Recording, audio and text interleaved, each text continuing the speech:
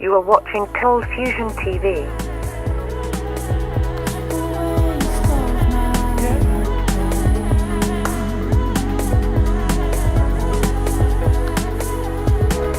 Apple. From a garage to one of the largest companies in world history. The question must be asked, how did all of this start and just how big are Apple today? In this video, we'll take a look at the fascinating story of where Apple came from and then some facts. We'll then move on to the company's size and finally finish up with some conclusions. My name is Dagogo and thanks for joining me. Please get comfortable. This story is a pretty good one. Let's begin. The beginning of Apple was a true all-American story.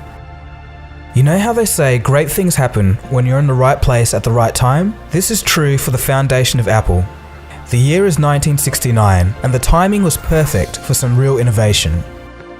It was a moment when the largest generation in US history, the baby boomers, were becoming adults, 80 million strong. It was an explosive shock to the system.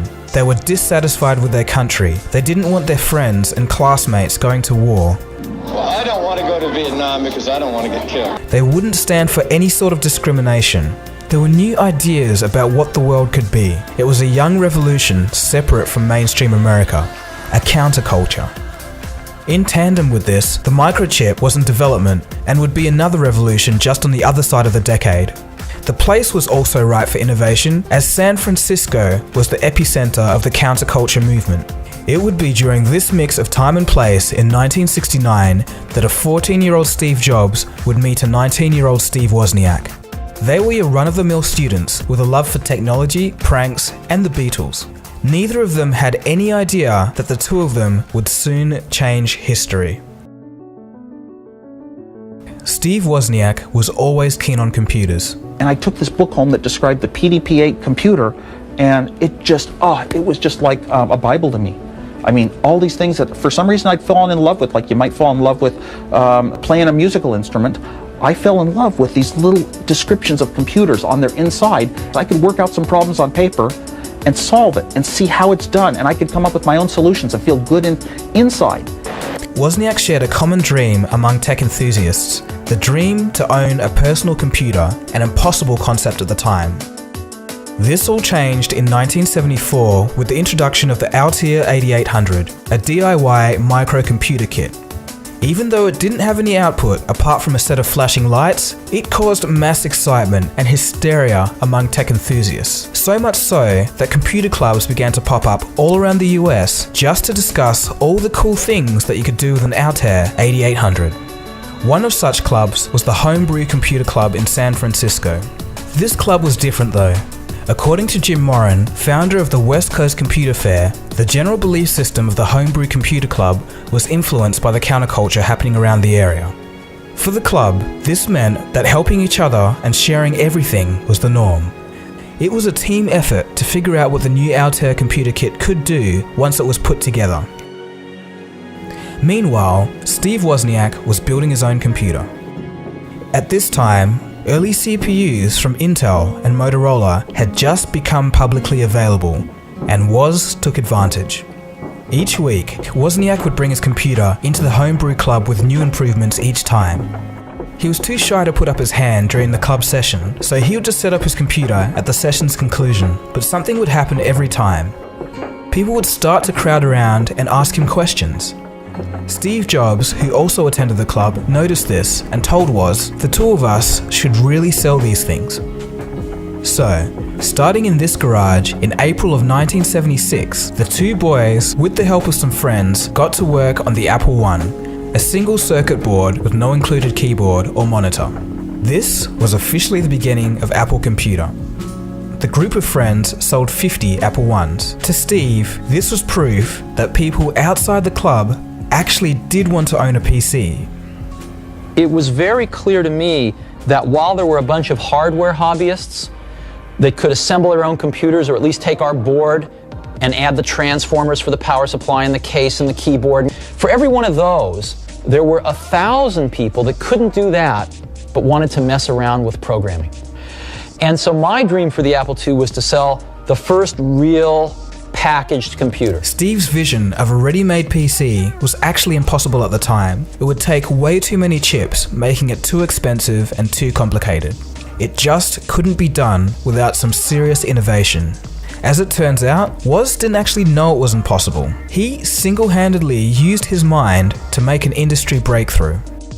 And then I got into a way of why have memory for your TV screen and memory for your computer, make them one. And that shrunk the chips down, and I shrunk the chips here. I looked through manuals and found a chip that did it in one chip instead of 5 and reduced that. And one thing after another happened. I wound up with so few chips. When I was done, I said, hey, a computer that you can program to generate colored patterns on a screen, or data, or words, or play games, or anything. And it was just the computer I wanted. Steve Jobs added his design knowledge while insisting that the computer should be easy to use. This combination made the Apple II palatable to the consumer. Steve Jobs managed to get some investment money together for manufacturing. The PC was now a far cry from the hobbyist box with a bunch of lights and switches just 2 years earlier. The new company showcased the Apple II at the 1978 Computer Fair, and they stole the show outright. No one had ever seen anything like it. After this, Apple was off, literally exponentially.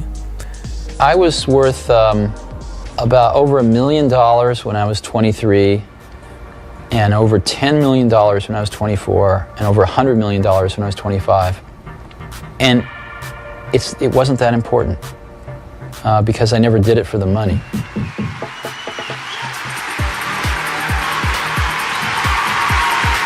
The future would not be all smooth sailing though.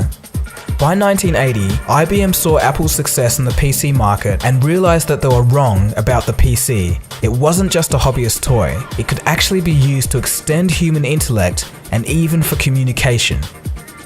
Throughout the 80s, Apple would battle with IBM and the other PC manufacturers, losing market share as they went along.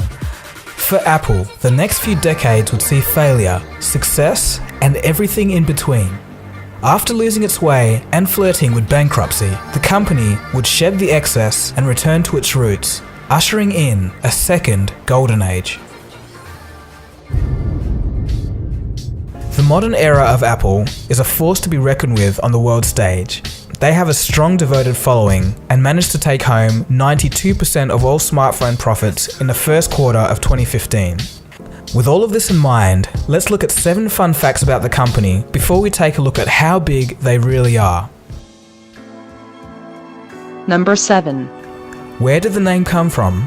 According to Steve Wozniak's 2006 book, I Was, Wozniak explains that the name came when he was driving Steve Jobs back from the airport. Jobs had just returned from a commune called the Apple Orchard. In the car, Jobs suggested the name Apple Computer. Wozniak was concerned about the name because they could have issues with the Beatles' Apple Records. As it turns out, the pair just couldn't think of anything better, and Apple Computer stuck. Number 6. Apple actually had 3 co-founders. So we all know Steve Jobs and Steve Wozniak, but there was a third person that many people wouldn't have heard of. Ronald Wayne.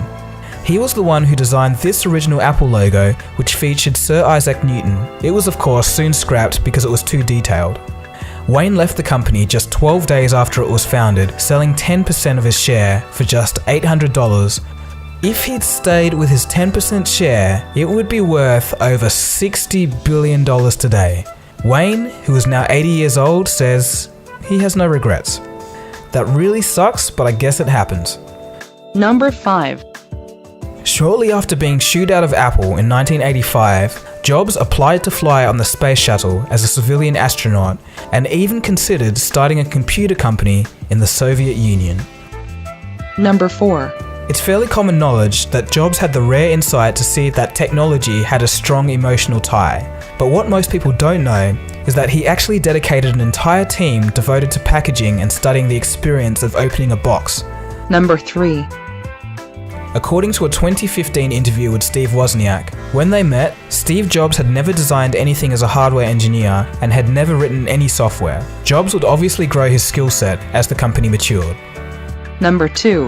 The iPhone project was so secret that the hardware guys never saw the software, and the software guys never got to see the hardware. Hardly anyone inside Apple knew what the finished product would look like until Steve Jobs revealed it on the stage. Number 1. Steve Jobs actually served as a mentor for the Google founders Sergey Brin and Larry Page. Okay, so we've learned quite a bit so far, and we have some great context under our belt, but let's dive into the real stuff. Just how big is Apple?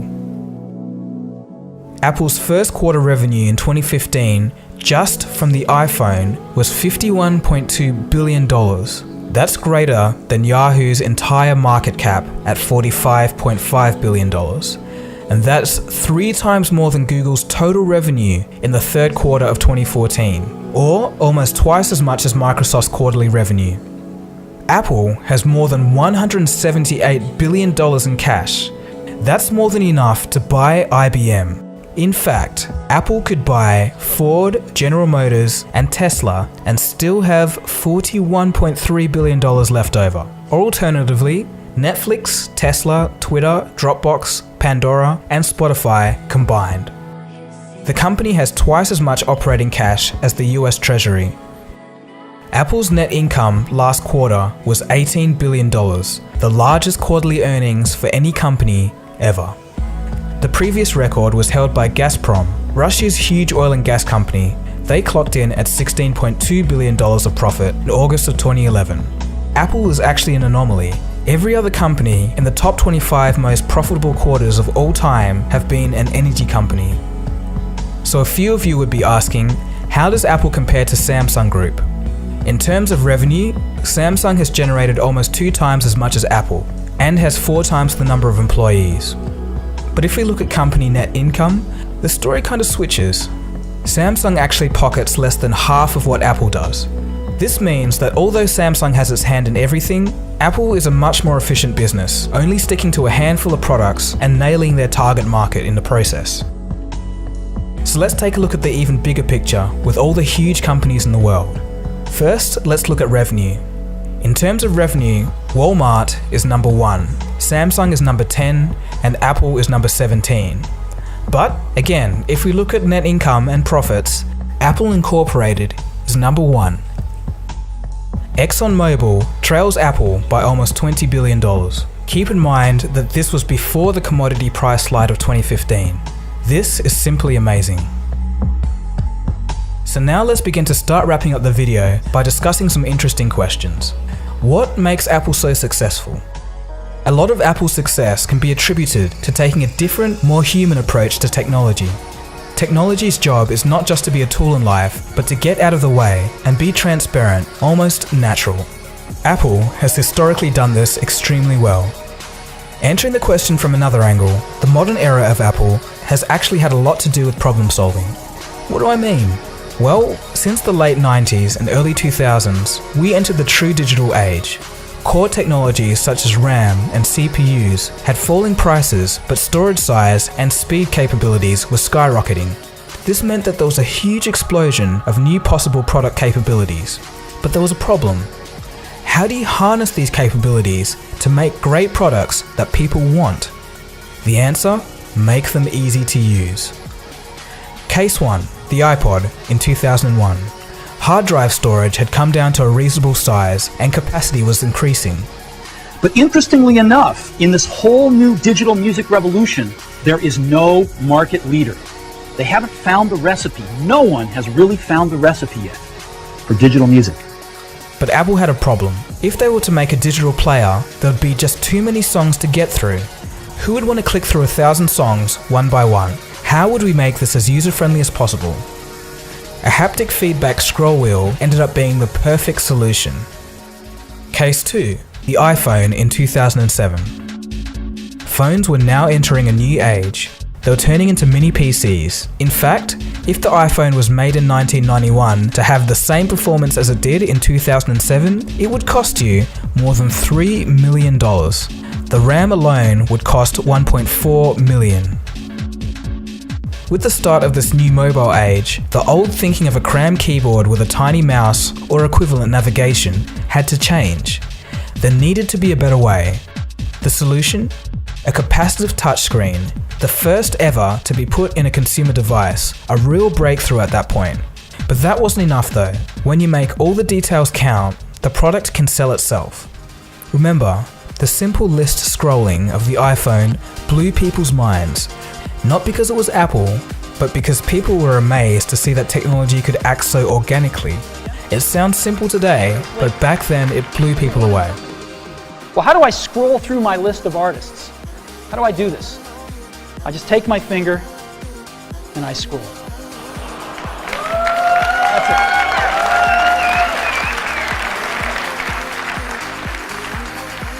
Uniqueness and innovation was key to Apple's early success. It was also Steve Jobs' belief in the emotional aspect of a technology product that set Apple apart, an aspect which many tech companies today still don't fully realize the significance of. So what's the takeaway, the big picture? I just love this story.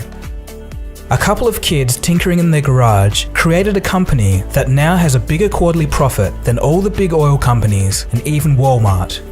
It happened because they were in the right place at the right time, but also because they were passionate about what they did. The most important thing, though, I think, is that if you're going to start something new, you have to feel passionate about it, because it's really hard. Most of the difference between people that succeed and people that don't is the people that don't give up. They give up sooner than the people that succeed. And you have to be passionate about it because it's so difficult. The roots of Apple at the Homebrew Computer Club also show us something. If you surround yourself with other passionate and positive people, it can lead to great things. It's just something cool to think about.